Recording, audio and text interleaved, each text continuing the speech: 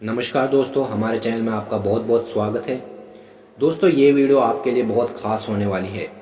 इस वीडियो में हम बात करने वाले हैं कि कैसे आप अपनी प्रोफेशनल और पर्सनल लाइफ में बैलेंस बना के चल सकते हैं और अपनी लाइफ को बिना स्ट्रेस, बिना प्रेशर, खुशी खुशी बिता सकते हैं।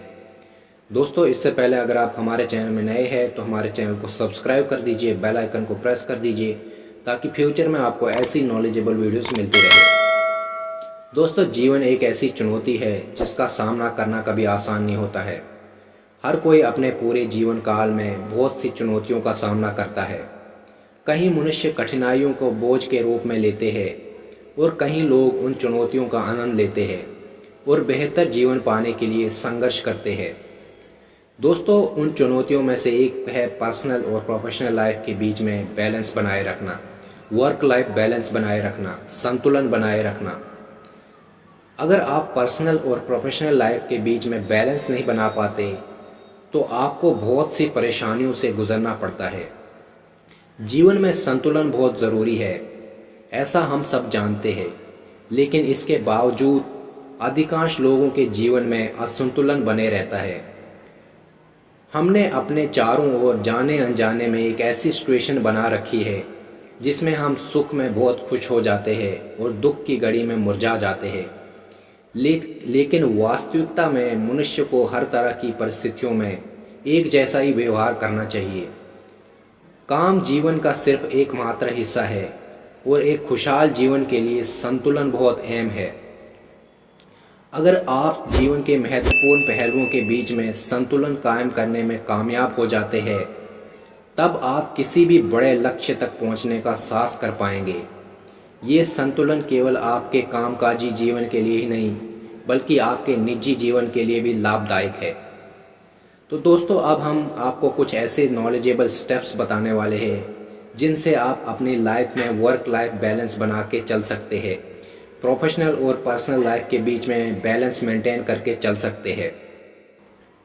सेट योर प्रायोरिटीज़, प्राथमिकता चुनें। प्रोफेशनल और पर्सनल लाइफ के बीच की कड़ी को सही करने के लिए आपको ये समझने की ज़रूरत है कि आपकी प्रायोरिटीज़ क्या है।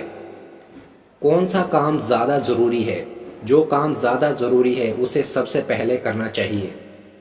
इसमें आप अपने जीवन के सबसे महत्वपूर्ण पहलुओं की एक सूची बनाएं।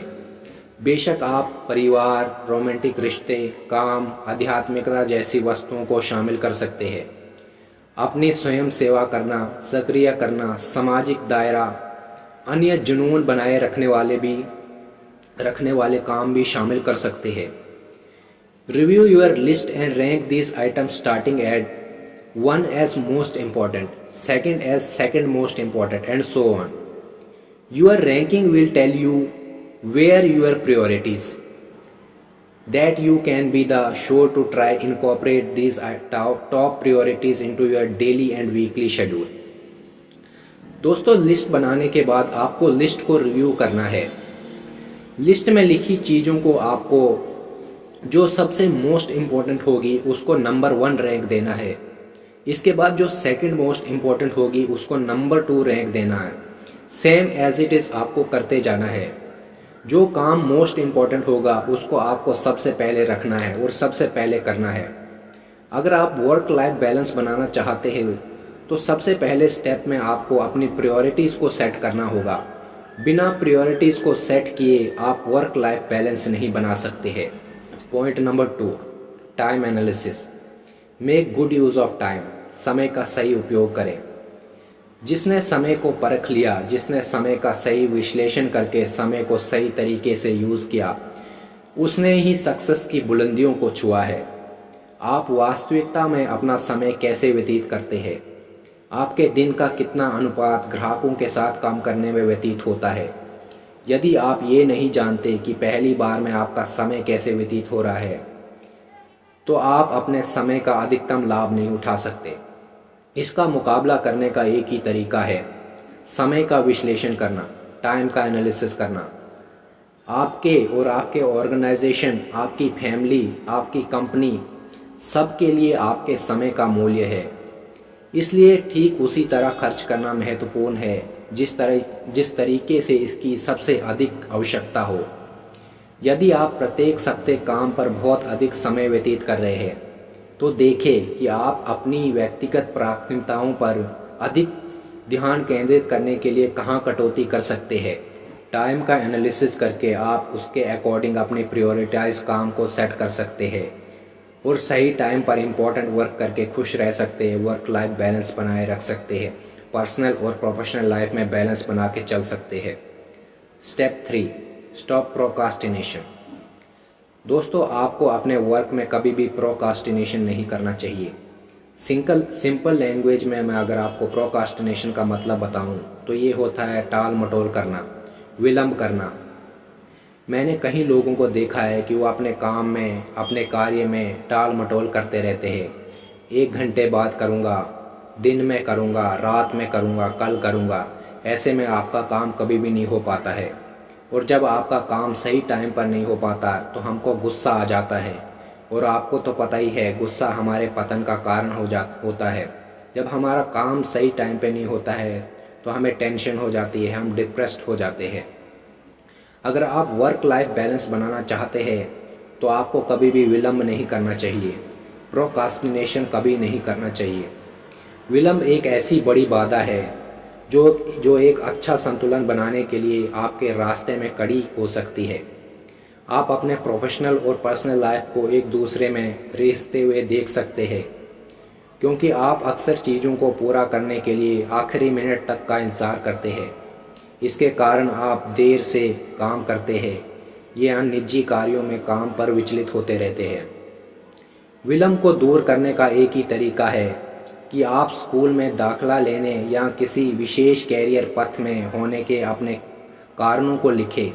उदाहरण के लिए, यदि आप लोगों की मदद करना चाहते हैं तो आप अपने असाइनमेंट को इस आंतरिक उद्देश्य से पूरा कर सकते हैं कि वह उस लक्ष्य तक पहुंचने में आपकी मदद कर रहे हैं।